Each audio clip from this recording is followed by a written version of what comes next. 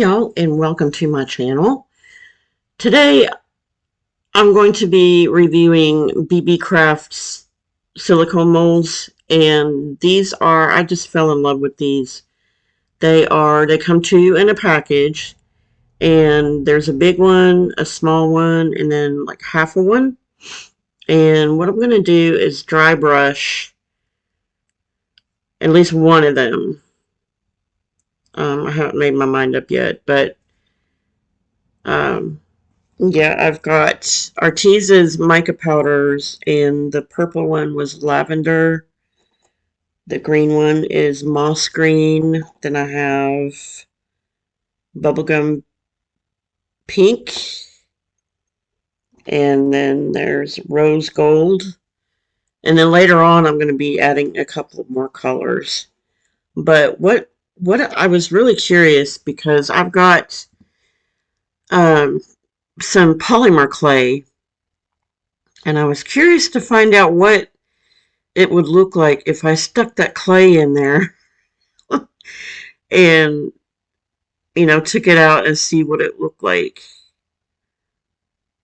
So it didn't come out too bad. It picked up all the details, but yeah, I just wanted to experiment with that for a few seconds. But anyway, I'm going to be dry brushing, and I will come back in a few minutes.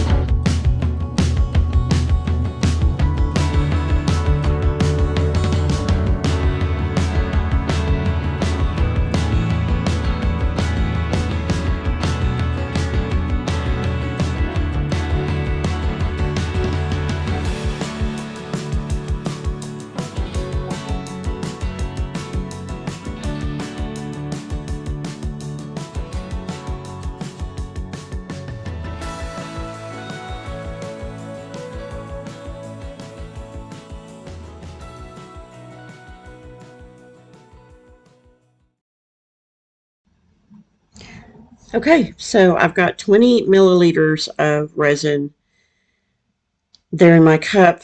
Now you see me mixing it. I'm using Hippie Crafter epoxy resin. I just want to get rid of it because it stinks. And yeah, when I started out with resin, just resin work, I started out with Alumilite just because it's local. Well, not local, but I could drive to the store and get it. And oh yeah, that stuff stinks too. So I found a resin that I really liked, but I like just experimenting with different resins just to see how they work. So I'm taking the Passion Base Sil White and I'm going to mix it into the resin. You want to stir your paste before you use them, just to make sure that they're mixed really well. And then mix it into your resin really well, because if not, your resin either won't cure or it won't cure properly. There's a couple of things that will go wrong with it. And if you like this video, please like and subscribe. Hit that notification bell. Go search the description box for all kinds of information. I've got links to save you some money for KS Resin, Glitter Makes It, TEMU, Let's Resin, Beebeecraft, CRASPIRE. I don't remember. There's one or two more, I think. There's my PayPal if you would like to leave a donation. That would be greatly appreciated. And my email is in there. So if you don't know where the description box is, look at the title of the video, and at the end of the video, or at the end of the title, you'll see the word more. Click on more and it will open you up. It will open up to the description box. And yeah, I'm tired of using alcohol because that it just doesn't work for me. So, and that lighter is not, hot enough to burn your mold unless you really sit there and hold it there, I guess. But anyway, um, this this is kind of a repeat. But what happened the first time I tried to take these molds, or these objects out of the molds, and oh my goodness, they were so sticky. I've never come across anything as sticky as these things were. So I managed to get them out of the mold, and now they're in the trash. I tried to dig them out of the trash so I could show y'all, but yeah, they're just sticking to everything. So I thought about it, and I figured that I put too much epoxy paste into the resin. Why? Because I was talking and not paying attention to what I was doing. Yeah, you can see that mold is pretty well used, but it's really good quality. It's excellent quality mold. I would recommend this to anybody. And that's the end result right there. And I have pictures at the end also. And what I'm going to do is make a necklace out of the big one. The small one, I might use a magnet, just glue a magnet on the back.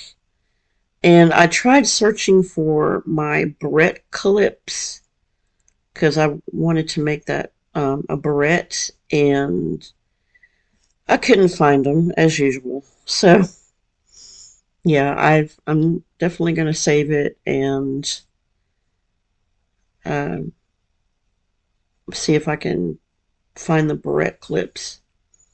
Now that's my little Dremel tool. I love that thing. It's USB powered.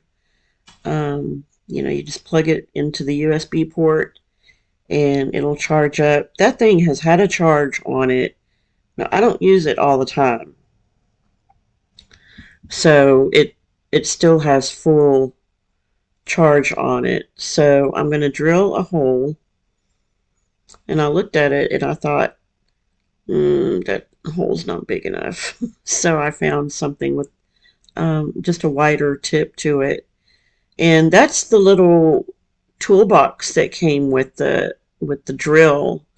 It's got little sandpaper attachments, little drill bits. You've got all kinds of different shaped little sanding adapters to go onto it. Yeah, I love it. It's not too big. It's just the right size, and I've got, you know, short, fat fingers, so you know, for me to say, yeah, that's a good grip.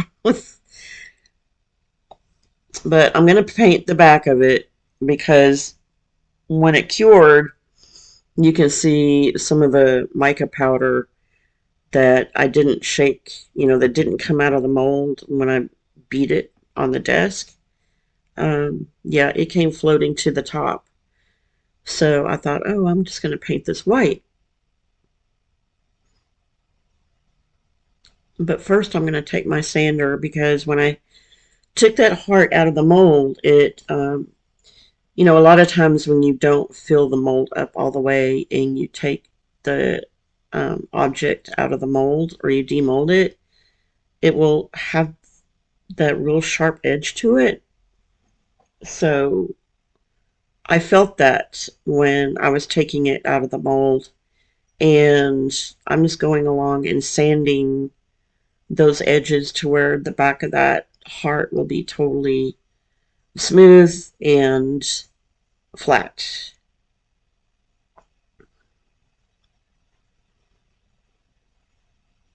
And I really love that tool.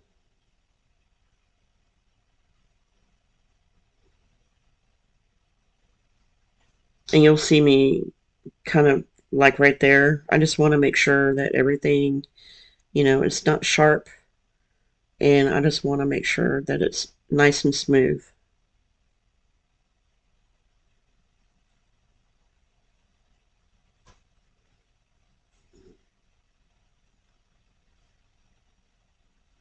And what is so funny is oh gosh, I'm like, oh, there's, oh, by the way, I had my mask on when I sanded, because, you know, you're sanding cured epoxy resin. So, you know, some of that could be flying around flying around in the air.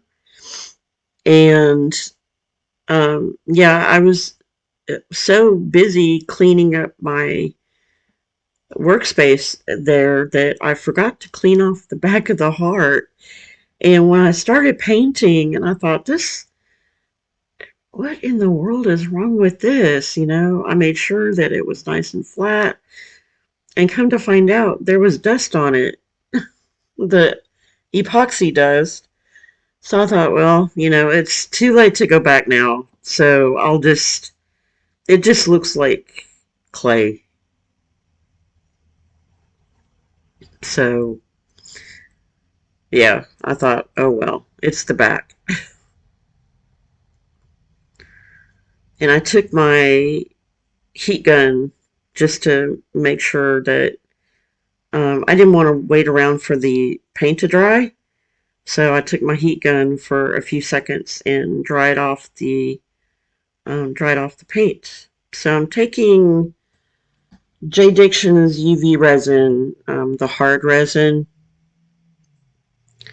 and I'm gonna not necessarily dome the back of it, but I just wanted to protect the paint on the back. Because if I sell it or give it to somebody, you know, you don't want paint rubbing off on your clothes. And I'm taking my silicone. I love that thing. It helps really well distributing the resin around to the edge, which is what I'm doing right now. Just giving it just a thin coat. And that's my little UV light. I'm not sure if that came from Let's Resin or not, but I tell you what, y'all, anything that I get in the future, I'm going to just mark it with the company that I got it from or I bought it from, because I don't remember. But I've had it for many months. And I don't know how long I put it under the heat lamp, or not heat lamp, but under the UV light. I don't know how long.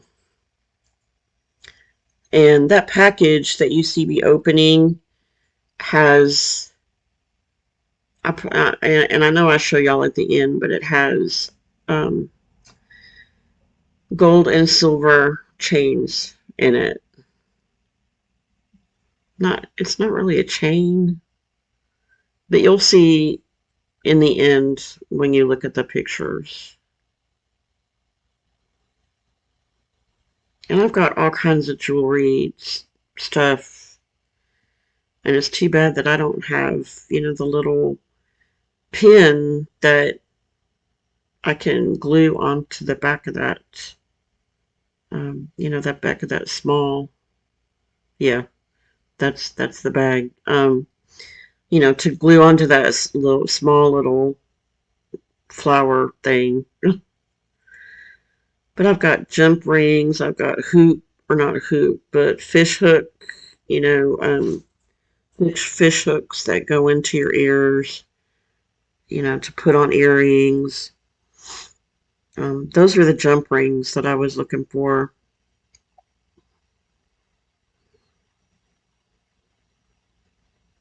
I'll call those my friends because I can't, I don't know.